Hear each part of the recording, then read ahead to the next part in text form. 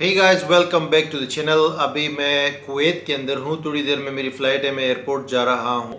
वहाँ से मैं ओमान जाऊँगा, मस्कत। और यहाँ पे मेरा शॉर्ट सा स्टे था कुवैत के अंदर, लेकिन मैं जस्ट देखना चाह रहा था कि कैसे कंट्री है। तो ऑनेस्टली ये टिपिकल जो जीसीसी कंट्रीज है ना, उसी तरह ही है। जैसे कुछ आपको इलाके दुबई की तरह नज़र आएंगे, जो बुलंदो बाला इमारतें हैं, जो बिल्डिंग्स है, जो टावर्स है, तो वो आपको नज़र आएंगे। और आपको अरबिक में चीज़ें नज़र आएंगी, और पाकिस्तानी और इंडियन भी यहाँ पे है, तो वो वाला देसी कल्चर भी मिलेगा, राइट। लेकिन इंडियन ज़्यादा है।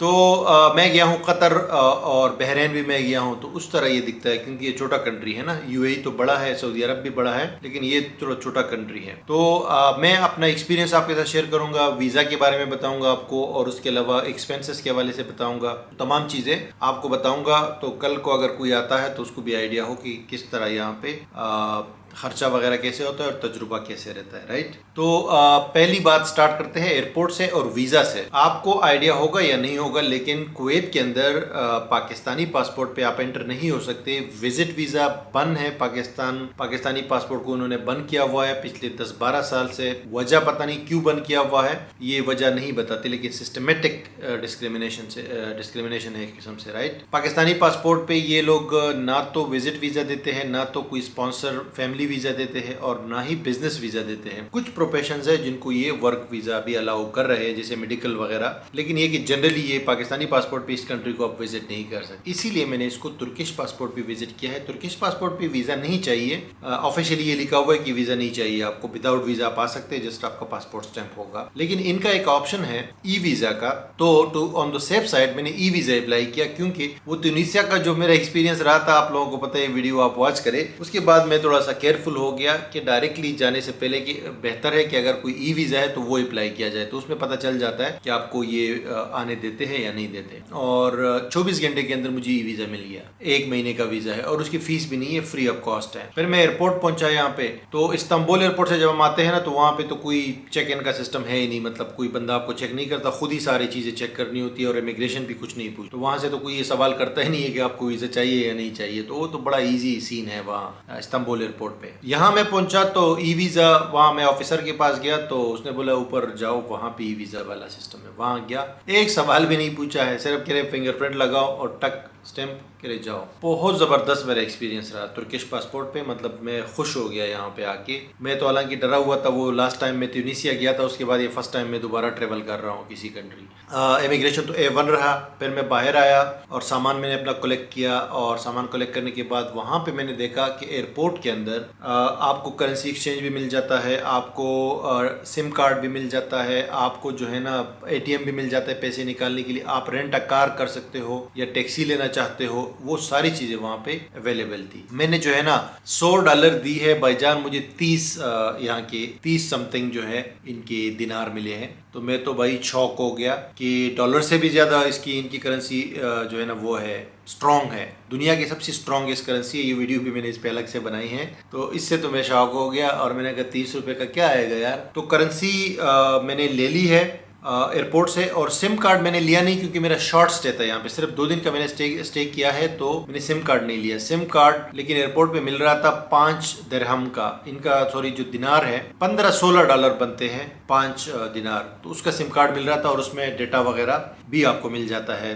1-2 हफ्ते के लिए। तो सिम कार्ड एयरपोर्ट से मिल रहा था, और बाहर टैक्सी भी मिल रही थी। टैक्सी तकरीबन 7 से 8 जो है कुवैती दिनार लेते हैं यहाँ सिटी में आने के लिए। सिटी तकरीबन 10-12 किलोमीटर 13 किलोमीटर दूर है, बल्कि 15 किलोमीटर लगा लो। तो उसमें टैक्सी में आएंगे तो 7-8 KD लेते हैं, तो तकरीबन $20-25 बन जाता। लेकिन मैं बस में बैठा, तो बस में बहुत कम आपका एक्सपेंस होता है। बस के थ्रू आप आ सकते हैं। सिर्फ और सिर्फ 300 फिल्स जो है आपको देने पड़ेंगे, यानी 1 दिनार जो है वो 1000 फिल्स होता है। वो 300 फिल्स जो है वो $1 तकरीबन बनता है। तो मैं बस के जरिए आया। यहाँ पहुँचने के बाद ये मैंने होटल लिया है, होटल आपको दिखा देता हूँ। ये एक बात मैं आपको बताऊंगा कि कुवैत एक्सपेंसिव कंट्री है, क्योंकि इनका करेंसी जो है वो बहुत स्ट्रॉन्ग है, तो इसीलिए कंट्री भी थोड़ा एक्सपेंसिव है। होटलिंग जो है, होटल्स खासतौर पे एक्सपेंसिव है। ये मैंने चीप होटल लिया है सबसे, लेकिन ये भी मुझे $50 का पड़ा है पर नाइट। अच्छा रूम है, बड़ा रूम है, 2 बेड्स है सिंगल, इसके अंदर सोफे भी लगे लगे हुए, वॉशरूम भी इसका काफ़ी बड़ा है, यहाँ से बाहर सिटी का व्यू भी आता है, तो रूम तो बहुत बड़ा है,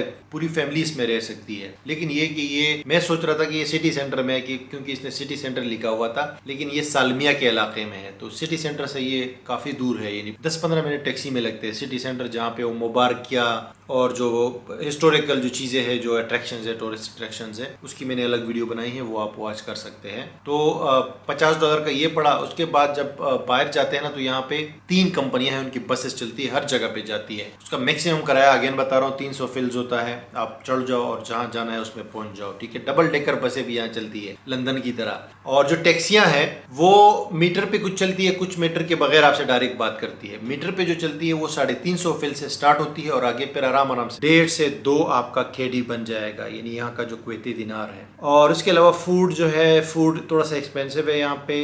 चीप रेस्टोरेंट्स भी होंगे, लेकिन थोड़ा सा अगर अच्छा खाएंगे तो थोड़ा सा एक्सपेंसिव होता है। यहाँ पे पाकिस्तानी रेस्टोरेंट्स, इंडियन रेस्टोरेंट्स भी काफ़ी तादाद में हैं और जगह जगह पे अवेलेबल हैं सिटी सेंटर में। तो हम भी लाल किला एक रेस्टोरेंट है, वहाँ पे शाही किला या लाल किला इस तरह नाम था, वहाँ गए थे। तो निहारी मैंने खाई थी तकरीबन 2.5 केडी की, यानी 2.5 कुवैती दिनार की। उसके अलावा मैंने यहाँ पे मंदी खाई थी, वो भी तकरीबन पानी मानी मिला के सारा 3 केडी में हो गया था, यानी तकरीबन $10। तो खाना पीना एक्सपेंसिव है यहाँ। बाकी यहाँ के मशहूर जगहों को मैंने विजिट किया है, उसकी एक अलग वीडियो बनेगी और पूरा एक व्लॉग है जिसमें आपके साथ जो है ना, यहाँ पे जितने भी हिस्टोरिकल जगह है, जो कल्चर है और जो मार्केट्स वगैरह है, वो सारी मैंने उसमें विजिट की है।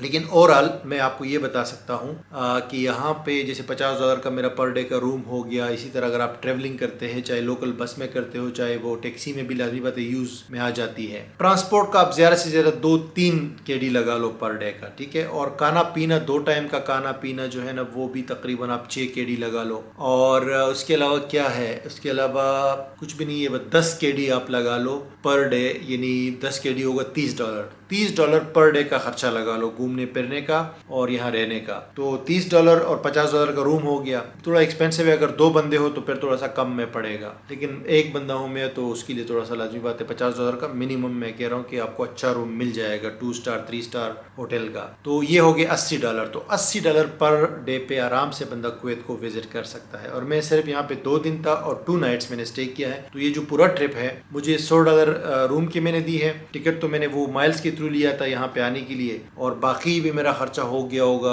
क्योंकि मेरे कुछ दोस्तों ने मुझे घुमाया फिराया है, तो उस वजह से मेरा खर्चा कम हो गया। लेकिन अगर मैं वो भी खर्चा होता ना तो $50 वो हो जाता ज़्यादा से ज़्यादा। तो $150 में ये आप कह लो कि कुवैत को मैंने विजिट कर लिया है। अगर टिकट में लेता पैसों का तो टिकट भी $100 का, $100 $120 से का होता है इस्तांबुल से यहाँ आने, लेकिन वो मैंने माइल्स के थ्रू लिया तो मुझे वो फ्री पड़ गया। तो यहाँ पे मेरे $150 खर्च हो गए हैं ऑलमोस्ट। पीसफुल कंट्री है, खूबसूरत भी है, मतलब जगह मगह है, और आपको वही फील आएगी दुबई और कतर और बहरीन वाली, वो एक टिपिकल जीसीसी कंट्री है, ठीक है। और मेरा एक्सपीरियंस, मैं पर्सनली कहूँगा कि मेरा एक्सपीरियंस अच्छा गया। लोग भी अच्छे हैं, पाकिस्तानी थोड़े कम हैं लेकिन फिर भी है, मिले हैं मुझे, थैंक्स टू उमेर भाई और मोहसिन भाई जिन्होंने मुझे काफ़ी यहाँ पे कंपनी दी। और एक बंदा में अभी बुरहान साहब, मोहम्मद बुरहान साहब, थैंक यू सो मच आपका भी कि आप यहाँ पे आए और हम लोग मॉल में गए, टाइम गुजारा, स्पेंड किया। तो बड़ा अच्छा मेरा एक्सपीरियंस रहा।